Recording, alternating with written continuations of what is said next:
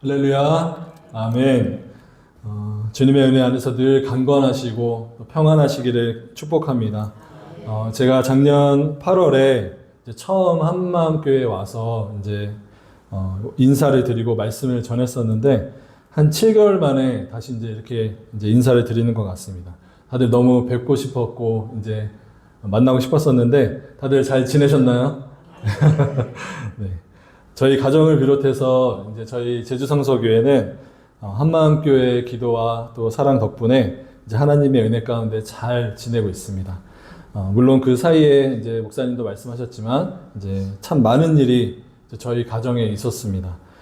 여름 캠프를 은혜 가운데 마친 지 얼마 되지 않아서 제 아내가 갑자기 갑상선 암이라는 진단을 받게 되었고 수술도 진행을 하게 되었습니다. 그리고 우리 하소미도 중이염을 1년을 넘게 안고 있었는데 최대한 수술을 피하려고 계속 버텨봤지만 결국에는 올 1월에 수술을 해야 된다라는 소견을 받아서 서울대 병원에서 수술을 진행하는 등 많은 일들이 있었습니다.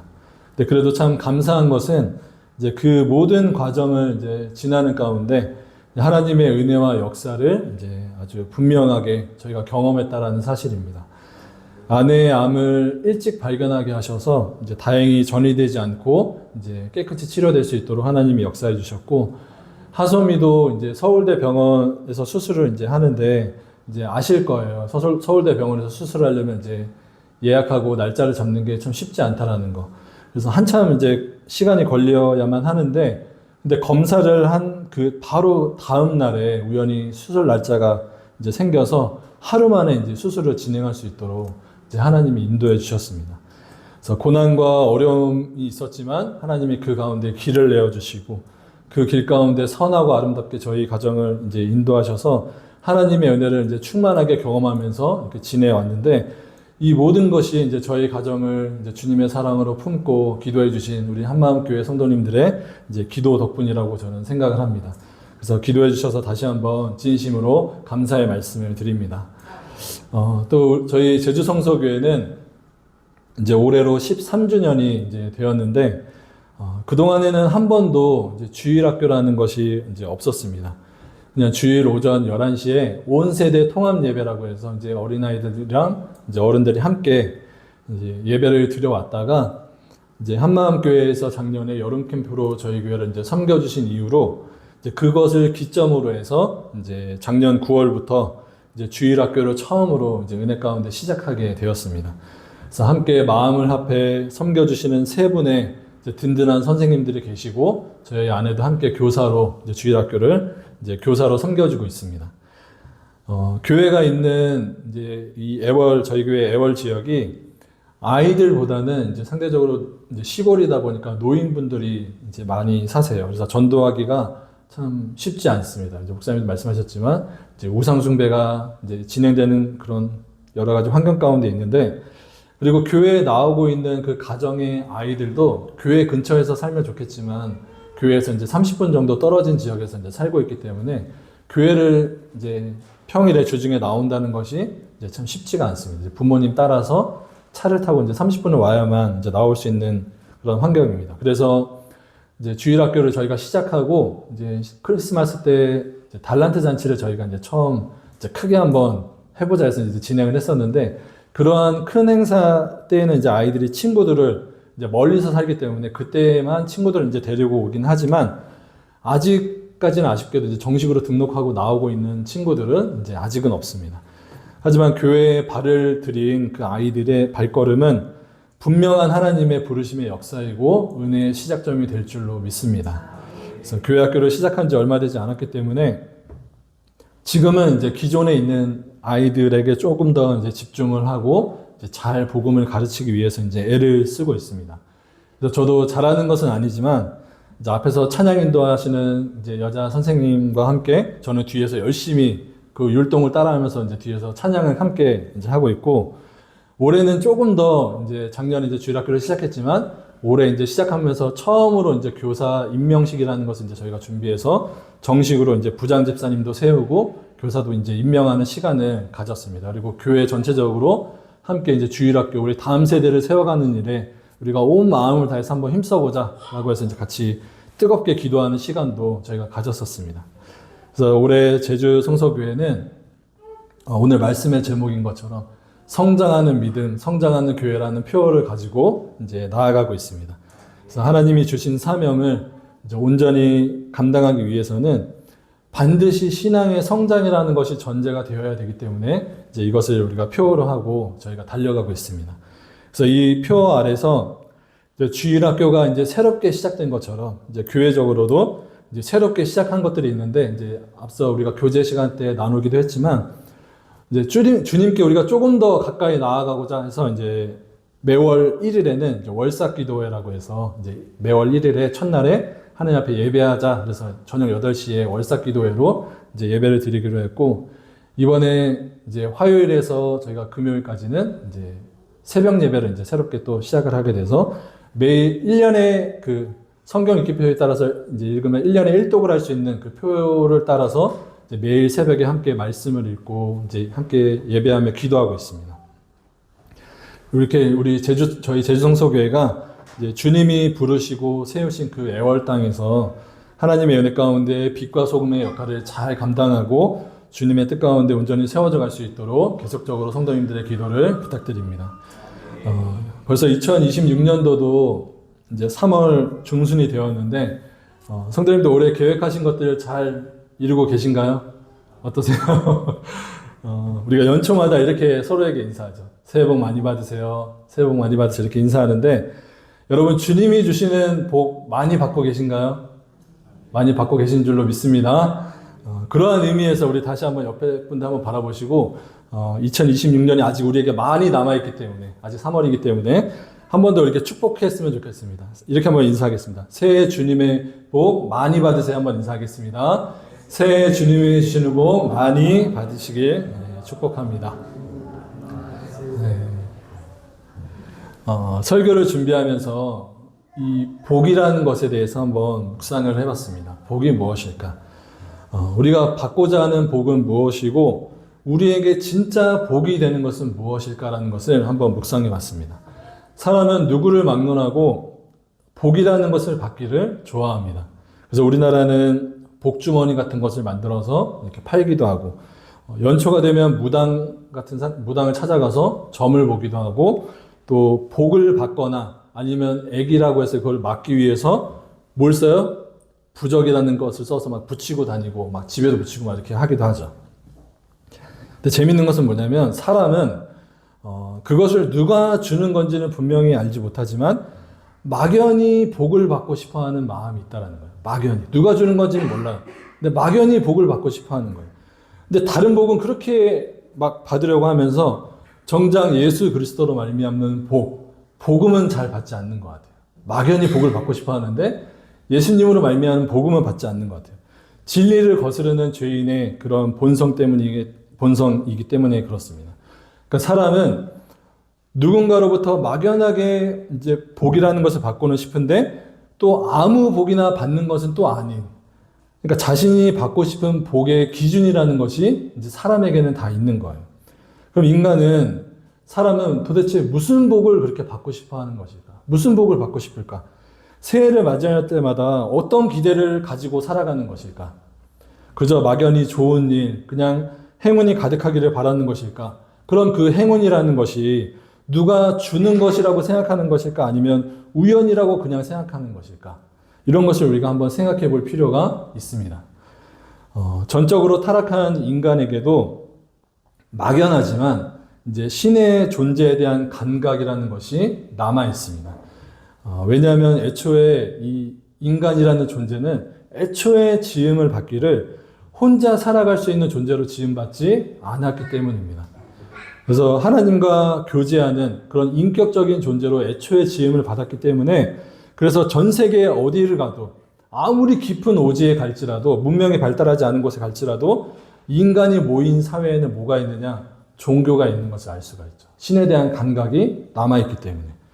하지만 그것이 이제 타락했기 때문에 그 영적인 존재가 있는 것은 인지하지만 그 존재가 어떠한 신인지는 알지 못하기 때문에 그 막연한 영적인 존재가 나에게 화가 아니라 복을 주기를 바라는 심령이 이 각 사람의 마음에 있는 거예요. 각 사람의 마음에. 그리고 그런 신에 대한 남아있는 감각이 이제 수많은 우상 숭배와 샤머니즘으로 이제 나타나서 이렇게 드러나고 있는 것이죠. 그러니까 분명 신의 존재에 대해 부정할 수 없지만 그 존재를 구체적으로 알지 못하기 때문에 하나님이 아닌 다른 것을 만들어서 이렇게 섬기면서 그 존재로부터 자신이 원하는 복을 얻고자 하는 것이 타락한 인간의 모습이 되는 거예요. 그게 타락한 인간의 모습이에요. 그래서 성경에도 보면 수많은 우상들이 나오는 것을 우리가 볼 수 있습니다. 그 중에서도 이제 성경에서 나오는 대표적인 우상이라고 하면 바알과 아세라 신을 이제 들 수 있겠죠. 이 두 신은 뭐냐면 한마디로 풍요의 신이에요. 풍요의 신. 자, 그럼 여러분 한번 생각해 보세요. 이 신을 믿으면 하는 일도 잘 되고 잘 먹고 잘 살고 심지어 육신의 쾌락도 준대요. 여러분 믿으시겠어요? 안 믿으시겠어요? 잘 먹고 잘 살고 또 육체의 즐거움도 줘요. 하는 일도 막 잘 돼요. 믿으시겠어요? 안 믿으시겠어요? 믿겠죠. 얼마나 좋은 신이에요. 우리에게 풍요와 즐거움을 주는 신이라니 우리에게 얼마나 좋은 그런 신이에요. 그래서 이러한 우상들이 인간에게 치명적인 이유는 뭐냐면 우리에게 있어서 가장 중요한 게 뭐냐면 먹고 사는 문제잖아요. 근데 이 먹고 사는 문제를 복이라고 생각하는 그 기준이 우리에게 있는데 그걸 우상이 건드리기 때문이에요. 그래서 인간에게 우상은 치명적인 거예요. 근데 누구를 믿으면 이게 해결이 된다는 거냐? 바알과 아세라를 믿으면 삶이 풍요로워지고 거기에 더해서 육체의 쾌락도 이제 준다라는 거죠. 농사도 잘 되고 당시의 자식은 재산과도 같은데 자식도 많이 낳을 수 있고 또 삶의 모든 것이 막 풍요로워진다는 거예요. 이 바알과 아세라를 섬기면. 성경을 보면 이제 레위기서를 보면 이제 하나님께 제사 드리는 방법에 대해서 너희가 하나님 앞에 어떻게 나올 수 있는가에 대해서 아주 상세하게 가르쳐 주는데 마찬가지로 우상들에게도 제사를 드리는 방식이라는 것이 있습니다. 그럼 이스라엘의 타락과 그 멸망으로 이끌었던 대표적인 신인 바알과 아세라를 제사하는 방식은 뭐냐? 성관계가 이제 그것을 그 신에게 제사하는 방법이었어요. 성관계. 바알은 남신이고 아세라는 여신인데 특히 아세라는 자녀를 많이 낳게 해주는 다산의 신이었어요. 다산의 신. 그래서 다산의 신답게 이 아세라 우상의 겉 모양은 이제 그 외형이 여자의 젖가슴이 많이 달려있다라고 합니다. 다산의 신이기 때문에. 그리고 이 우상을 섬기는 신은 여자 제사장인데 이 아세라 신에게 제사를 드리는 방식이 바로 앞서 말했듯이 그 여자 제사장과의 성관계가 그 아세라 신에게 제사를 드리는 방법이 되었던 거예요. 그러면 그 바알과 아세라 신이 인간들이 그렇게 성관계하는 모습을 보면서 막 흥분을 해서 땀을 흘리는데 그게 뭐라고 얘기하냐면 비라고 얘기하는 거예요. 비. 인간이 성관계하는 모습을 보고 바알과 아세라 신이 막 흥분해서 땀을 흘리는데 그게 비다. 근데 여러분 이 우상을 누가 만들었을까요? 사람이 만들었죠. 인간이 만들었죠. 그러니까 자신들의 유익과 자신들의 쾌락을 위해 자신들의 입맛에 딱 맞는 그런 우상을 만들어 놓고 이것을 열심히 제사할 수밖에 없는 구조를 인간이 다 만들어 놓고 이제 섬기고 있는 거예요. 그러니까 참 기가 막힌 거죠. 마치 중독처럼 오늘날 말하는 마약과 같은 중독처럼 이 우상 숭배에서 헤어나올 수가 없는 거예요. 제가 이제 뭐 농사를 지은 그런 세대는 아니기 때문에 농사를 지어보진 않았지만 농사를 지어보신 분들은 아실 거예요. 농경사회에서 비라는 것이 얼마나 중요해요. 비가 얼마나 중요해요. 더구나 이스라엘 지역은 건조한 지역이었기 때문에 비의 영향은 아주 절대적입니다. 그래서 성경에도 무슨 말이 나오냐면 하나님이 이른 비와 늦은 비를 준비하신다고 이렇게 말씀하고 계시죠. 그러니까 뭐가 필요하냐? 비라는 것이 꼭 필요한 거예요. 이스라엘 사회에서, 농경사회에서. 그럼 그들이 비를 얻고 농사에서 풍년을 얻기 위해서 그러면 어떻게 해야 돼요? 풍요의 신이라고 하는 바알과 아세라를 섬겨야 되겠죠. 그게 비를 준다고 하잖아요. 풍요를 준다고 약속하잖아요. 그러니까 열심히 우상 숭배를 해야 되는 구조를 그들이 만들어 놓은 거예요. 그래야만 이제 그 신이 비를 내려줘서 농사가 잘 되기 때문에. 근데 그 제사 방식이 레위기에서 하나님이 가르쳐 주신 것처럼 짐승을 막 목을 따고 그것을 각을 뜨고 막 불태우고 이런 복잡하고 어려운 과정이 아니고 그냥 여자 제사장과의 성관계면 그 제사를 드리는 것이 된다라니까요. 그러니까 얼마나 인간의 이기심과 그 쾌락을 충족시켜주는 인간의 입맛에 딱 맞는 그런 우상이에요. 그러니까 철저하게 인간의 입장에서 인간이 복을 받기 위해서 만든 것이 뭐냐? 그게 바로 우상이 된다는 거죠. 인간에게는 자기가 얻고 싶은 복이라고 포장된 욕망이라는 것이 있습니다. 그 욕망은 풍요롭게 잘 먹고 잘 사는 거예요. 풍요롭게 잘 먹고 잘 사는 거. 근데 문제는 단순히 그냥 우리가 풍요롭게 잘 먹고 잘 사는 것 그 자체가 문제가 되는 것은 아니겠죠. 이 풍요롭게 잘 먹고 잘 사는 것을 위해서 뭘 버려요? 신앙을 버리고 하나님을 버리기 때문에 문제가 되는 거예요. 인간은 자신들이 원하는 복만 주는 그 신을 만들고 그 신을 제사하는 방법도 자기들이 욕망을 풀 수 있는 방법으로 만들었어요. 그래놓고 섬기는 거예요. 그러니까 아주 철저하게 인간의 그 죄악된 욕망이 고스란히 투영된 것이 그 죄악의 결정체가 뭐냐? 그게 바로 이제 우상 숭배, 우상이 되는 것이죠. 그러니 성경을 보면 하나님이 그렇게 이스라엘에게 돌아오라고 선지자를 끝없이 보내시며 경고하시잖아요. 근데 그럼에도 불구하고 이스라엘이 결국 그것을 끊어내지 못해서 어떻게 돼요? 결국 하나님의 심판으로 이스라엘이 2번이나 망하는 역사를 경험하게 됩니다. 한 번도 아니고 2번이나 망하게 돼요, 이스라엘은. 첫 번째는 하나님의 심판 가운데 이제 바벨론에 의해서 나라가 완전히 멸망하게 돼서 이제 70년의 포로 생활을 한 끝에 돌아오게 되죠. 근데 그 돌아온 것도 하나님의 은혜예요. 하나님의 절대적인 은혜의 역사가 아니었으면 그들은 절대로 회복하지 못했을 겁니다. 하나님은 그들이 망하기 전에, 하나님의 심판이 임하기 전에 너희가 바벨론에 가서 70년의 포로 생활을 하고 돌아올 것이다 라고 이미 예언을 하셨고 그 말씀하신 대로 그들에게 역사하셨어요. 그대로. 그 시대적인 배경이 뭐냐면 이제 에스라, 느헤미야 그 시대예요.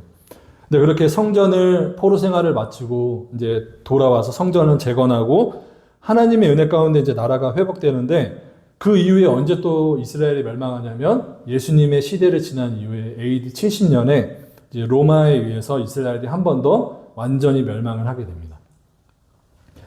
여러분 한 가지 물어볼게요. 그러면 여러분 지금 이스라엘 백성이 2번 망했다라고 말씀드렸죠. 그러면 하나님의 백성이 여러분 망할 수 있을까요? 없을까요? 하나님의 백성이 망할 수 있어요? 없어요? 자, 좀 심오한 질문이죠. 하나님의 백성은 하나님의 백성이기 때문에 절대로 망할 수 없습니다. 절대로 망할 수 없어요. 근데 하나님의 택하심을 받은 백성은 이스라엘 백성이 제가 뭐라 그랬어요? 망했어요? 안 망했어요? 망했어요. 2번이나 망했어요. 한 번도 아니고. 그럼 하나님의 백성이 망했다라는 이 사실은 그들의 망함을 누가 허락하셨기 때문에 망한 거예요? 하나님이 허락하셨기 때문에 망한 거죠. 하나님의 백성은 누구만 심판하실 수 있느냐? 하나님만 심판하실 수 있기 때문이에요. 단순히 이방 나라들이 이스라엘의 주변국들이 강해서 이스라엘을 쳐들어와서 그들을 망하게 한 것이 아니고 하나님이 이스라엘 백성, 택하신 이스라엘 백성들의 죄악을 심판하셨기 때문에 그들이 망한 겁니다. 그래서 성경은 뭐라고 얘기하느냐? 하나님께 심판과 저주의 권세가 있다라고 말씀하고 있어요. 우리의 흥망성쇠가 누구에게 달려있느냐? 하나님께 달려있다라고 말씀하고 있어요. 그러니까 사실은 하나님의 백성이기 때문에 절대로 망할 수 없는 것이 이스라엘인데 그들이 왜 망했느냐? 하나님의 심판 가운데 망한 것이죠. 그리고 그 이유를 예레미야서 2장 13절을 보면 이렇게 얘기해요. 그들이 생수의 근원이 되는 나를 버리고 스스로 웅덩이를 판즉 그 물을 가두지 못할 터진 웅덩이니라 이렇게 말씀합니다. 그들이 나를 버리고 스스로 웅덩이를 팠다는 거예요. 근데 그것이 터진 웅덩이였다는 거죠. 터진 웅덩이. 결국 하나님의 백성인 이스라엘이 복이 아니라 심판을 받은 이유가 뭐냐? 복의 근원이 되신 하나님을 섬긴 것이 아니고 하나님을 버리고 우상을 숭배하는 스스로 웅덩이를 판 그 결과라는 그런 것이죠. 사랑하는 성도 여러분, 그래서 우리가 구하는 복은 달라야 됩니다. 정말 이런 말 지겹도록 교회 다니면서 많이 들으셨을 거예요. 그래도 또 들으셔야 됩니다. 예수 그리스도를 믿는 우리는 우리가 구하는 복은 세상 사람들이 구하는 복과 달라야 돼요. 그래야 우리가 살 수 있기 때문에, 그것이 우리에게 생명이 되기 때문에 이것은 아무리 강조해도 지나치지가 않습니다. 저희 제주 성서교회에서 이제 새벽 예배를 드리기 시작했다고 말씀드렸는데, 지난주에 이제 성경 읽기표에 따라서 이제 신명기의 말씀을 이제 저희가 읽었습니다. 그 본문으로 제가 이제 쭉 설교를 하면서 제가 신명기의 말씀을 이제 계속 묵상하면서 느낀 것은 뭐였냐면, 계속 반복되는 것을 가르치고 있다는 사실이었어요. 계속. 신명기는 모세의 3편의 설교로 이제 이루어져 있는데, 모세가 계속 똑같은 것을 말해요. 한마디로 뭐냐? 너희가 살 길은 하나님의 말씀을 청종하는 것이다.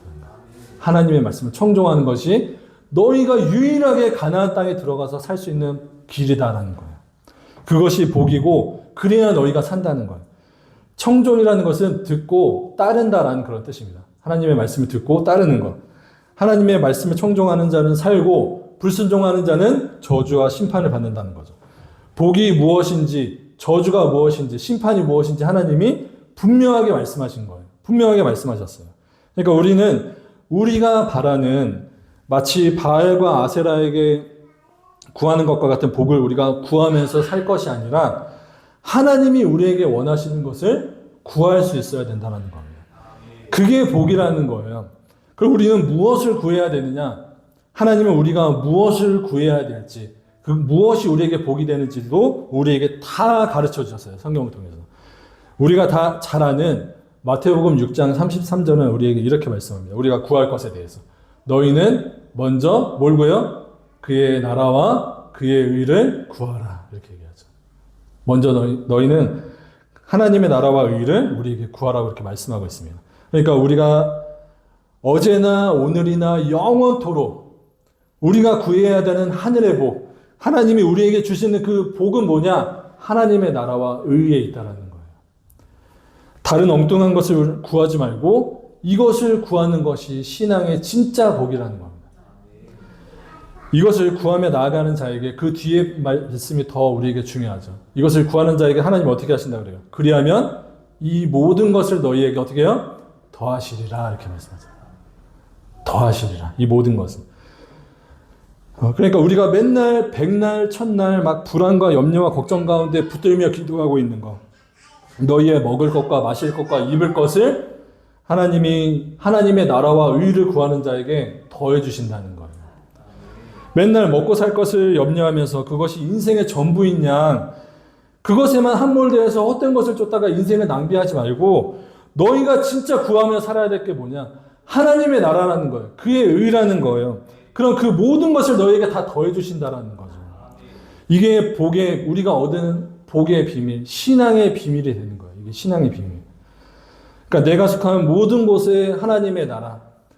이 나라라는 것은 하나님의 통치를 의미하는데, 그래서 내가 속한 모든 곳에 하나님의 통치가 임하고 그 통치로 말미암는 하나님 나라의 속성인 의와 평강과 희락을 내가 내 삶에 충만하게 누리면서 살아가는 것. 그것이 하나님이 우리에게 주시는 신앙의 진짜 복이라는 거예요. 사실 우리 이명평 목사님 말씀하신 대로, 그 기도 때 말씀하신 대로 하나님의 나라를 구할 수 있는 것, 그 의를 구할 수 있는 것, 그 자체가 우리에게 복이죠. 우리는 이미 복을 얻은 겁니다. 왜냐하면 아무나 이것을 구할 수 있는 것이 아니기 때문이에요. 오직 예수 그리스도의 믿음 안에서만 구할 수 있는 것이 하나님의 나라와 의인데, 그것이 그냥 추상적이고 막 관념적인 것으로 끝나는 것이 아니라 날마다 내 삶에 하나님의 통치와 의의 역사가 임하는 거예요. 하나님의 통치와 다스림의 역사는 우리의 삶에 아주 실제적으로 우리 가운데 역사가 되는 것을 여러분 믿으시길 바랍니다. 왜냐하면 우리 하나님은 살아계신 하나님이시기 때문입니다. 살아계신 하나님이세요. 우리의 삶을 붙드시고 인도하시는 분이세요. 사랑하는 성도 여러분, 다시 한번 말씀드리지만 우리가 믿음의 여정을 이어가는 가운데 구해야 될 것은 오직 하나님의 나라와 의입니다. 그것이 진짜 복이에요. 그것이 우리에게 진짜 소망이에요. 그것이 우리에게 진짜 생명이에요. 그 외에 다른 어떤 것은 우리에게 아무것도 보장해 주지 않기 때문에, 그것이 우리에게 복이 아니라 우리를 멸망으로 이끌고 가는 그런 심판과 저주의 길이라는 것을 여러분들 꼭 기억하시길 바랍니다. 그래서 2026년 올 한 해 우리 한마음교회 성도님들 모두가 복의 근원이 되시는 예수 그리스도를 더욱 힘써 알고 예수의 이름을 구하고 예수의 은혜를 누리며 예수 그리스도로 충만한 그런 믿음으로 세워져 가기를 예수님의 이름으로 축원합니다. 아멘. 이렇게 말씀이 끝나면 좋겠지만 조금 더 말씀을 전하겠습니다. 우리가 복의 근원이 되시는 그 하나님을 믿음으로 잘 구하고 하나님이 기뻐하시는 온전한 믿음이 되기 위해서는 그럼 우리가 어떻게 해야 되느냐? 다른 방법은 없습니다. 하나님을 잘 배워야 됩니다. 하나님을 잘 배우고 하나님을 잘 알아야만 그 하나님이 주시는 복이 무엇인지를 알고 그렇게 우리에게 복되신 구세주 예수 그리스도를 우리가 바라보면서 믿음으로 달려갈 수 있기 때문에 하나님을 잘 배우는 것이 우리에게 너무나 중요합니다. 그래서 우리 모든 성도들에게 주어진 공통적인 그 반드시 힘써야 되는 일 중에 하나는 뭐냐면 바로 성경을 통해서 하나님을 깊이 알아가는 일입니다. 성경을 통해서. 하나님을 믿는다고 하면서 내가 믿는 하나님이 누구신지 모르면 안 되는 거겠죠. 그래서 오늘 본문 에베소서 4장 13절은 우리에게 이렇게 말씀해요. 우리가 다 하나님의 아들을 믿는 것과 아는 일에 하나가 되어서 온전한 사람을 이루어 그리스도의 장성한 분량이 충만한 때까지 이르리니 이렇게 말씀하죠. 성경은 우리에게 우리가 믿는 것과 아는 일에 하나가 되라고 이렇게 말씀합니다. 그렇게 온전한 사람을 이루어라 이렇게 얘기하고 있죠. 하나님을 믿는 것이 전부가 아니라 그 믿는 하나님을 알아야 된다는 거예요. 알아야 돼요. 믿음은 지식에 비례합니다. 그래서 하나님을 아는 지식이 자랄수록 우리의 믿음도 같이 자라게 되는 거죠. 여러분 하나님의 말씀은 히브리서의 말씀처럼 살았고 운동력이 있습니다. 그냥 글이 아니라 하나님의 말씀이기 때문에 우리의 관절과 골수를 찔러 쪼개고 회복시켜 주시고 하나님의 사람으로 온전히 세워가는 능력이 있습니다. 그래서 말씀을 보셔야 되고 말씀을 보시되 그냥 눈으로만 읽으시면 안 됩니다. 어떻게 성경을 봐야 되느냐? 그 내용이 이해되어지고 믿어지고 순종할 수 있도록 여러분 기도하면서 읽으셔야 돼요. 성경 보실 때. 여러분 성경의 저자는 누구실까요? 성경은 40여 명의 저자가 이제 썼다라고 얘기하지만 궁극적인 성경의 저자는 성령 하나님이십니다. 왜냐하면 디모데후서 3장 16절에 모든 성경은 하나님의 감동으로 된 것으로 이렇게 말씀하고 있기 때문이죠. 여기서 말하는 하나님의 감동은 성령 하나님의 역사를 의미합니다. 성령께서 인간 저자에게 감동을 주셔서 오류가 없게 이제 성경을 쓰게 하신 것이죠. 그리고 고린도전서 2장 10절은 이렇게 말씀해요. 오직 하나님이 성령으로 이것을 우리에게 보이셨으니 성령은 모든 것, 곧 하나님의 깊은 것까지도 통달하시느니라 이렇게 말씀합니다. 하나님의 깊은 것까지 통달하시는 분이 누구냐? 성령 하나님이시라는 거예요. 그러니까 성경은 오직 그 저자이시자 하나님의 깊은 것까지 통달하시는 그 성령 하나님의 역사가 우리에게 있어야만 이것을 바르게 깨달을 수 있다는 것이죠. 그래서 우리는 성경의 저자이신 성령님의 도우심과 그 조명하심의 은혜를 반드시 구하면서 읽어야 되기 때문에 성경을 읽기 전에 항상 이 성령 하나님의 도우심을 구하면서 기도하시면서 읽으셔야 돼요. 그래서 성령님, 내가 성경을 읽을 때 저에게 조명하여 주옵소서. 성령 하나님 조명하여 주옵소서. 주신 말씀에 순종할 수 있도록 믿음을 더하여 주옵소서. 이렇게 기도하시면서 보셔야 됩니다. 저도 이제 설교를 준비할 때 늘 이제 기도하고 성경을 봐요. 하나님, 부족한 저의 이 어두운 저의 눈을 밝혀주시고 말씀의 빛을 보게 하셔서 깨닫는 은혜를 더하여 주옵소서 이렇게 기도하고 이제 말씀을 봅니다. 그러면 하나님이 이 말씀을 읽는 가운데 유독 그 본문에서 보이게 하시는 그런 또 생각나게 하시는 말씀들, 단어들이 있어요. 그리고 그 말씀을 통해서 제 믿음에 확신을 자꾸 더해주시고 하나님을 아는 기쁨을 저에게 부어주십니다. 여러분 하나님을 아는 기쁨, 여러분 말씀을 보면서 하나님 이런 분이시구나 이렇게 하나님을 아는 기쁨 여러분 누려보신 적 있으세요?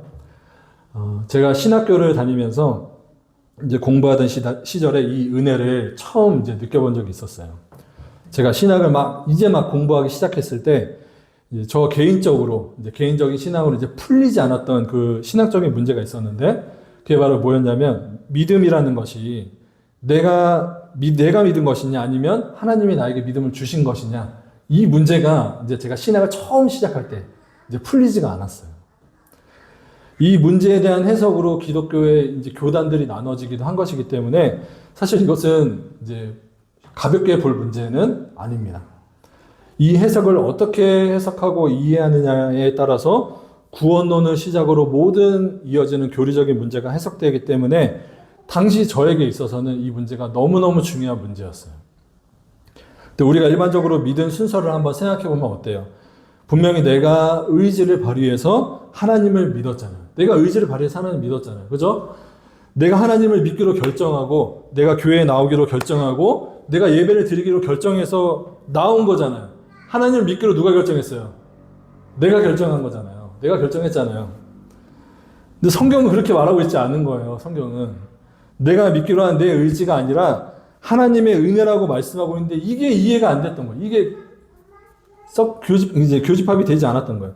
시작이 엉키니까 뒤에 이어지는 그 수많은 신학적인 문제들도 다 꼬여서 이제 연결이 안 되는 거죠. 모든 것의 시작을 나로부터 시작하니까 여기에는 나로부터 시작하면 내 의라는 것이 들어가잖아요. 내 의.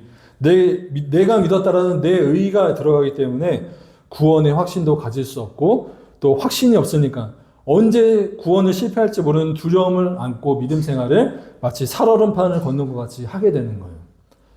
근데 제가 이제 신학교에서 공부하면서 이신칭이라는 것을 배우고 믿음으로 말미암아 의롭게 되는 것이 무엇인지를 이제 비로소 깨닫게 되면서 내가 의지를 발휘해서 하나님을 믿기 이전에 하나님의 은혜가 나에게 먼저 주어졌다. 하나님이 나에게 생명을 주셨기 때문에 내가 의지를 발휘해서 하나님을 믿었다라는 것이 믿어지면서 모든 것이 톱니바퀴가 맞물리는 것처럼 쫙쫙쫙쫙쫙 풀리게 됐어요. 그래서 그때 처음으로 하나님을 아는 기쁨이 이런 거구나. 너무너무 기쁘다. 하나님을 알았다는 게 너무너무 기쁜 거예요. 그래서 제가 그때 학교를 막 걸어가면서 혼자만 이게 왜 안 풀리지? 어떤 거지? 이게 막 고민하면서 막 걸어가고 있었는데 이게 딱 풀리는 순간 학교 가는 거 좋아하는 사람 많이 없잖아요. 근데 제가 막 웃으면서 막 학교를 뛰어갔던 적이 막 있습니다. 그런 기억이. 너무너무 기뻤어요.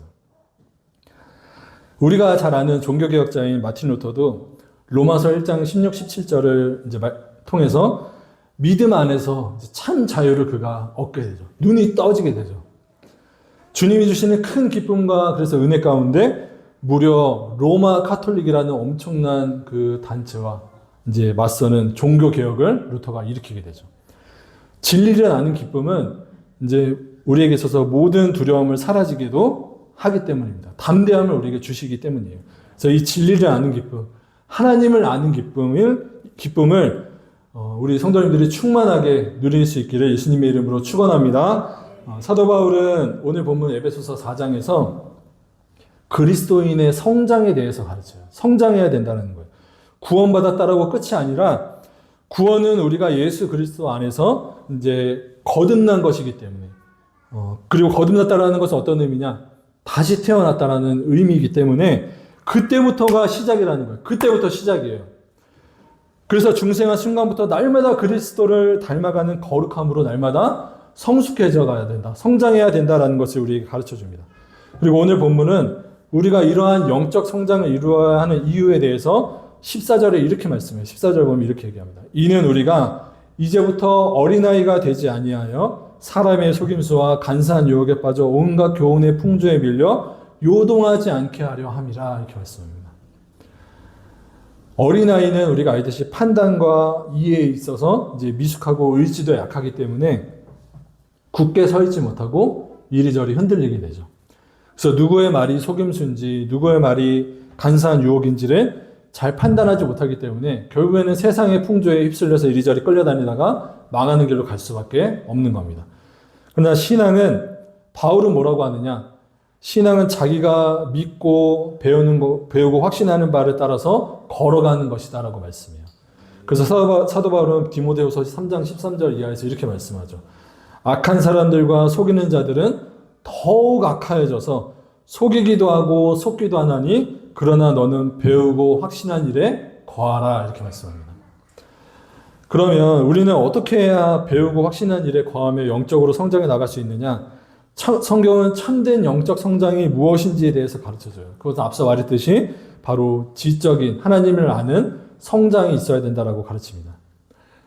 세상에 이런 말이 있죠. 세상에서 제일 무식한 사람은 일을 모르는 사람이 아니라 일만 아는 사람이다 라는 말이 있습니다. 일을 모르는 사람이 아니고 일만 아는 사람이 제일 무식한 사람이다. 다시 말해서 자기가 아는 지식이 전부라고 생각해서 그것만이 맞다고 주장하는 사람이 제일 어리석은 사람이라는 거예요. 근데 교회 다니다 보면 사실 그런 사람들 너무나 많죠. 신앙을 어떤 체계적으로 배운 것이 아니고 그냥 여기저기서 주워서 들은 대로 지식을 얻어서 성경이 그렇게 가르치고 있지 않은데도 마치 그것이 진리인 양 그냥 이렇게 말하는 사람들이 있습니다. 근데 그 말하는 것이 정말 맞는 말이면 그냥 맞다고 해줄 텐데 그렇지도 않은 거예요. 근데 그 주장이 맞지 않다라고 하면 막 노발대발 막 화를 내죠. 왜냐하면 그것을 부정하는 순간에 자기가 지금까지 해온 모든 신앙생활을 자기가 부정하는 것이 되기 때문에 그렇습니다. 그래서 절대로 인정하지 않습니다.